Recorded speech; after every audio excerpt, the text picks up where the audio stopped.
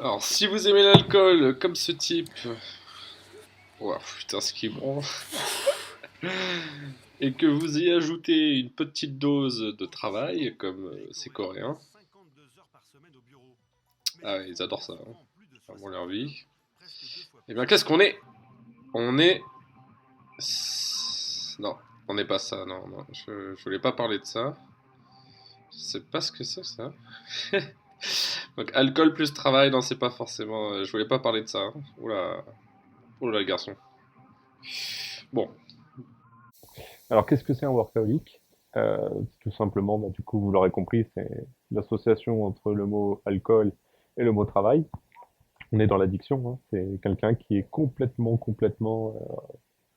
dépendant de son travail, qui donne corps et âme, mais qui va aller même au-delà de ça, quoi. C'est-à-dire qu'il va même plus faire la part des choses, il y aura plus de vie privée, il y aura plus de vie personnelle, il y aura plus de, son esprit sera même plus libre, il va jamais évacuer, enfin, ce sera H24, travail, travail, travail. Alors, il y a eu de grandes études, hein, de psychologues, de psychiatres même, qui se sont rendus compte que c'est pas parce qu'ils travaillaient plus que du coup ils travaillaient mieux. C'est tout là le problème, parce que du coup, et c'est pour ça qu'on parle de workaholic, et parce qu'on rentre dans l'addiction, donc dans quelque chose de néfaste. On parle pas du tout là d'un employé ou d'un entrepreneur, je ne sais pas, hein, n'importe qui. On ne parle pas de quelqu'un, en tout cas, qui est investi. On ne parle pas de quelqu'un qui est constructif. On ne parle pas de quelqu'un qui est bénéfique à une entreprise. Là, on parle vraiment de quelqu'un de néfaste, et pour lui-même, et pour l'entreprise. C'est quelqu'un qui va trop se donner jusqu'à faire des erreurs, ou ne plus savoir faire la part des choses, ne plus avoir le sens des priorités, ne plus... Enfin voilà, on est vraiment plutôt dans ce genre de rapport. qu'est-ce que c'est un workaholic? Est-ce que c'est ce type mort devant son ordinateur pour avoir passé trop d'heures de travail?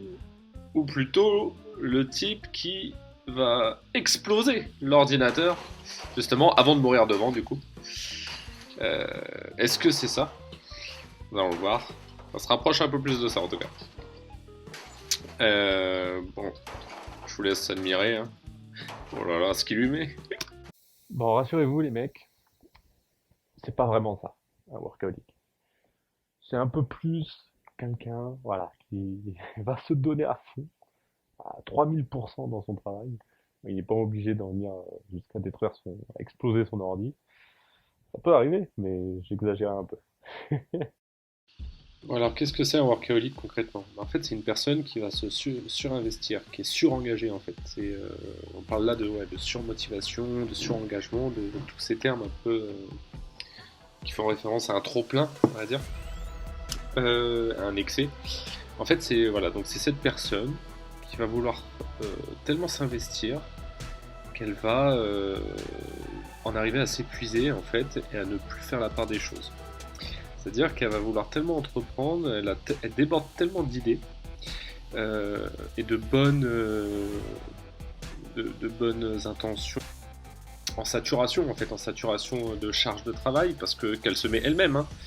Là, on parle pas voilà, d'un directeur qui mettrait beaucoup trop de pression ou de charge de travail importante. Là, c'est la personne elle-même qui se met une charge de travail, des charges de travail supplémentaires parce qu'elle souhaite accomplir plus de choses, parce qu'elle souhaite tout prendre en main, parce qu'elle a du mal à déléguer. Enfin voilà, du coup, c'est ce type de personne qui, de par son surengagement, peut en arriver donc à, comme je disais, à de l'épuisement, à des burn-out, donc à être néfaste pour soi-même et pour l'entreprise. Ces études donnent et démontrent qu'il y a certains remèdes qui sont efficaces, dont un qui est franchement, hein, qui est, j'ai l'impression, le remède un peu à tout.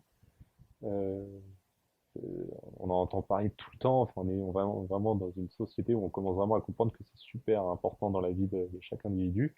Je parle bien évidemment du sport ou d'activités sportives en tout cas. Euh, Pas forcément de haut niveau, hein, on parle pas du tout de ça, mais voilà, de faire un effort physique régulier, périodique, 1 à 2 fois par semaine, 2 à 3 heures par semaine, la journée, le soir, seul ou entre amis.